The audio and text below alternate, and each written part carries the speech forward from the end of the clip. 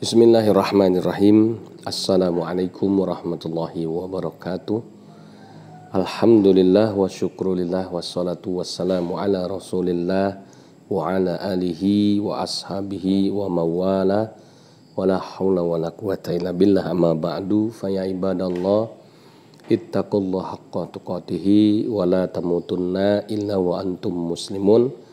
Rabbi a'udzubika min hamazati syayatin wa a'udzubika rabbi ayyahdurun. Shadaqallahul adzim. Ikhwafillah yang dimuliakan oleh Allah Subhanahu wa taala, para pecinta dan subscriber channel LSK Al-Hadid Laboratorium Sains Kristologi. Alhamdulillah kita panjatkan puja dan puji syukur kehadirat Allah Subhanahu wa taala. Salawat dan salam semoga terlimpah kepada junjungan kita tercinta Nabi kita Muhammad Sallallahu Alaihi Wasallam. Sebelum kita mulai sama-sama kita awali dengan melafadzkan basmalah. Bismillahirrahmanirrahim. Ada yang bertanya begini, Wafila, Pak Ustadz, mungkin nggak sih Islam dan Kristen melakukan sebuah rekonsiliasi? Sekali lagi pertanyaan ini saya nggak ngerti diajukan oleh Islam maupun Kristen, tapi pertanyaan ini cukup baik. Ya. Mungkinkah Islam dan Kristen melakukan sebuah rekonsiliasi? Ya, rekonsiliasi itu ya bahasa gampangnya sebuah perbaikan hubungan gitu ya.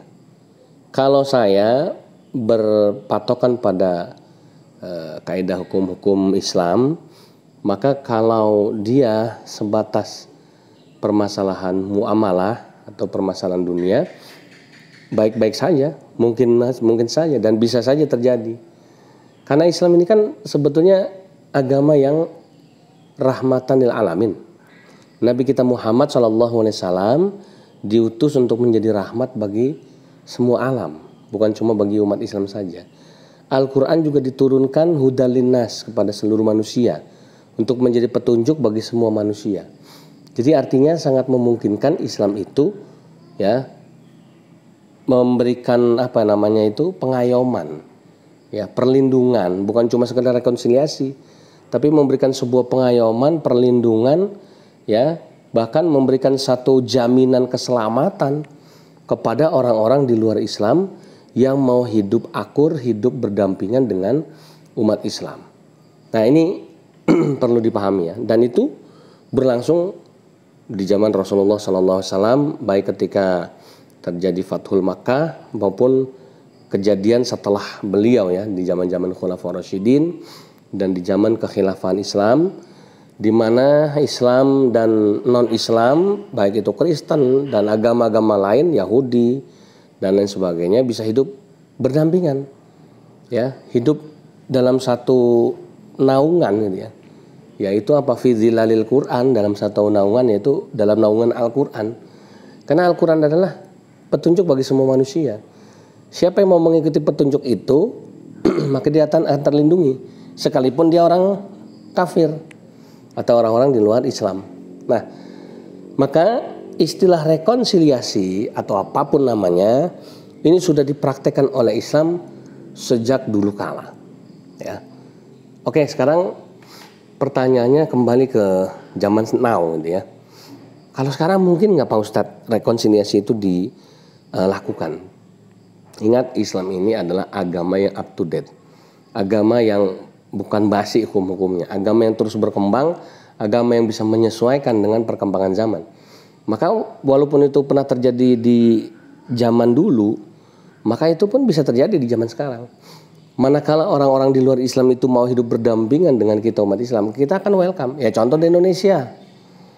Di Indonesia itu kan contoh praktek kehidupan umat beragama terbaik di seluruh dunia. Ya.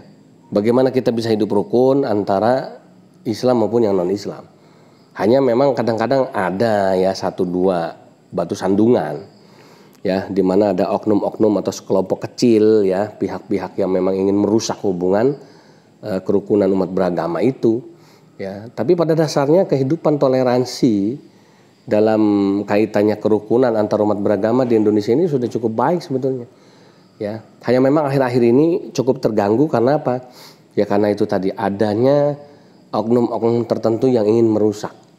Karena sekarang zamannya sudah zaman teknologi, zaman digital, era 4.0, sehingga perkembangan informasi itu sangat cepat.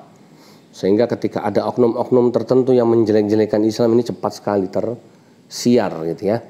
Ya misalnya kita tahu ya bagaimana Murtadin MKC, Saifuddin Ibrahim ya, kemudian Paul Zhang yang kemudian berkoar-koar di medsos menjelek-jelekan agama Islam ya. Ini tentu akan menodai hubungan antara Islam dan juga Kristen ya. Nah ini makanya ini tidak kita harapkan. Kalau rekonsiliasi ini ingin terjadi, bukan orang Islam yang ditawari. Ya sekali lagi, kalau rekonsiliasi ini ingin terjadi antara Islam Kristen khususnya, maka jangan orang Islam yang ditawari, tetapi tawarilah orang-orang di luar Islam, ya. Apakah mereka mau? Pertama, yang kedua, apakah mereka sudah siap? Yang ketiga, apakah ajaran mereka itu memang mengajarkan demikian? Karena Islam sudah jadi dari dulu memberi contoh. Fakta sejarah sudah membuktikan, bahkan di Indonesia sudah dari sejak Indonesia merdeka sampai sekarang kita bisa hidup berdampingan walaupun Indonesia mayoritas penduduknya beragama Islam ya. Siapa bilang Indonesia ini minoritas tertindas? Itu kan hanya orang-orang sekelumit orang-orang yang memang punya misi-misi untuk menghancurkan kerukunan umat beragama di Indonesia. Orang-orang usil itu ya, oknum-oknum yang memang nggak ingin ya menciptakan kedamaian di Indonesia. Tapi prakteknya kita lihat tetangga kita banyak yang orang-orang Kristen ya hidup nyaman, damai, bahkan ya mohon maaf kita ambil contoh ya, teman-teman Banser NU banyak yang menjaga gereja ya. Apakah mereka kemudian memberi contoh sebaliknya ya, menjaga orang Islam ketika sholat? Itu memang nggak perlu ya. Tapi ini inisiasi ini sudah dilakukan oleh orang Islam.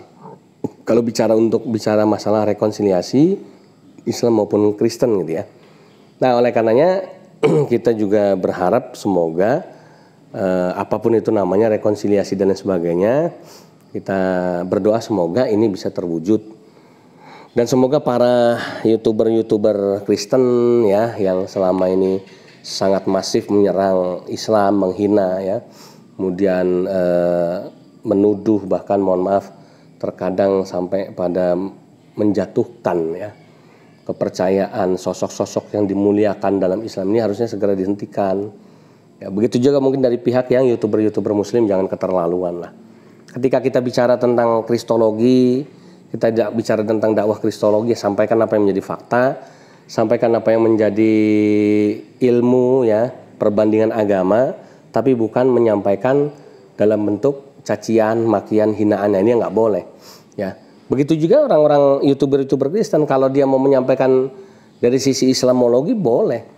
Kita kemudian adu argumentasi, kita kemudian berdiskusi, kita berdialog, bahkan berdebat sekalipun, selama debat itu dalam kerangka ilmiah, kerangka akademis, kerangka yang memberikan edukasi, nggak masalah, lakukanlah itu. Tapi tidak boleh kita kemudian jatuh pada menghina, mencaci maki, kemudian menjatuhkan ya sosok-sosok yang dimuliakan dalam agama-agama manapun.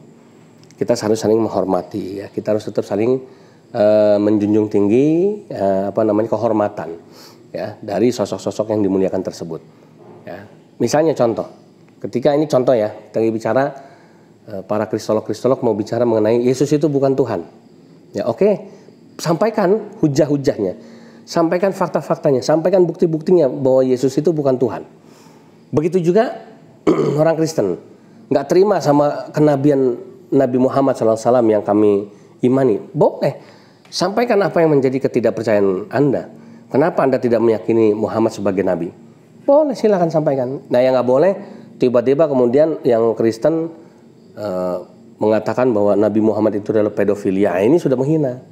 Ya tidak boleh kemudian Yesus itu bukan Tuhan. Kenapa? Ya Yesus itu buktinya bisa berak misalnya gitu ya. Ini kan sudah kasar gitu ya. Itu pun sudah tidak boleh. Ya.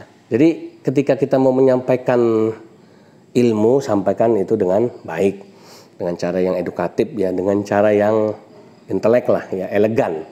Bukan dengan cara yang menghina ya, yang akhirnya kemudian memecahkan hubungan yang sudah baik antara Islam dan Kristen ini.